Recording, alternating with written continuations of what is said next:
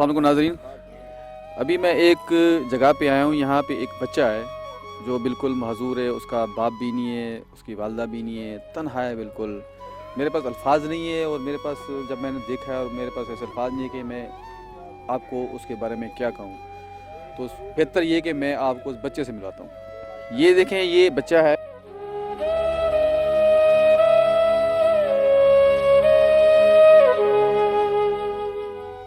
ये इसके हाथ पाँव और कोई काम करने वाला नहीं है इसका, पहली बात। दूसरी बात यह है कि इसके ना वालिद है और ना ही वालदा है।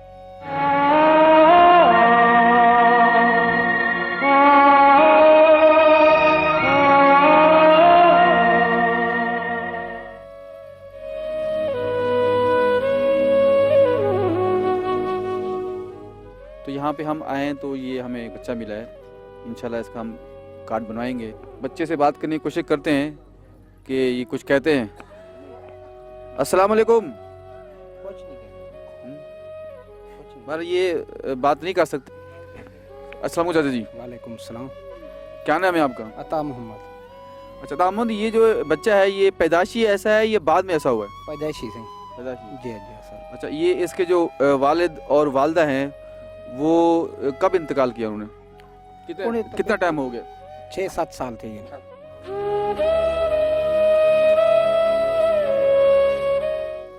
6-7 साल की वालदा नहीं। इनका और कोई भाई बहन कोई और नहीं, कुछ नहीं है। कोई, ये अकेले हैं? और इसकी जो है ना आपका पड़ी कंडीशन और इसकी ये मेरे कैमरा घर दिखाया गया, इसका बच्चे का घर है, ये कमरा है।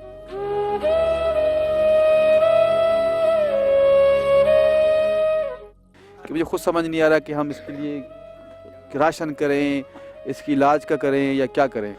और आप लोगों को दिखाने का और आप लोगों को बताने का जो मेरा मकसद है वो सिर्फ ये है कि पता होना चाहिए कि हम लोग ऐसी जगह जाते हैं, खुद जाते हैं। ये काफ़ी दूर है, हमें काफ़ी अंदर आना पड़ा है। मोटरसाइकिल पे आए, काफ़ी यहाँ पे कीचड़ भी है कि बारिश हुई है, अंदर आए और यहाँ पे बड़ी मुश्किल से हम यहाँ तक पहुँचे। तो इस तरह के हमें लोग मिले जहाँ पे कोई भी नहीं आता। और यहाँ पे खुदा ना खास्ता कोई ऐसा कोई मसला हो जाए, कोई बीमार हो जाए या किसी को कोई इमरजेंसी हो जाए तो यहाँ पे हॉस्पिटल भी बहुत दूर है। क्योंकि यहाँ पे जो सिटी है वो तकरीबन 30 से 35 किलोमीटर यहाँ से दूर है। तो जाने आने में यहाँ पे इस निकलने में आपको 2 घंटे दरकार है वहाँ सिटी पहुँचने में। और अल्लाह बेहतर करते हैं कि जो यहाँ से जाते हैं अल्लाह ताला को सेहत देता है कि वहाँ बात हॉस्पिटल तक पहुँच जाएँ। तो ये जो है बच्चा अल्लाह के बाद आप लोग हैं या ये लोग हैं या हम लोग हैं जिसको ताउन कर सकते हैं। तो मुझे एक चीज़ बार बार कहनी पड़ती है और मैं कहता रहूँगा जब तक मैं हूँ इस काम में, जब तक मुझे अल्लाह ताला ने रखा हुआ है इस फील्ड के अंदर, इस काम के अंदर। तो मैं आपसे बार बार कहता रहूँगा कि आप हमारा साथ दें, हमारे साथ रहें, इस चीज़ के अंदर हमारी हेल्प करें। जो हमने एक सिस्टम बनाया है हेल्प लिंक के नाम से, उस हेल्प लिंक में, इस लिंक में हम जब पहुँचे हैं तो इस लिंक में हमारा साथ दें।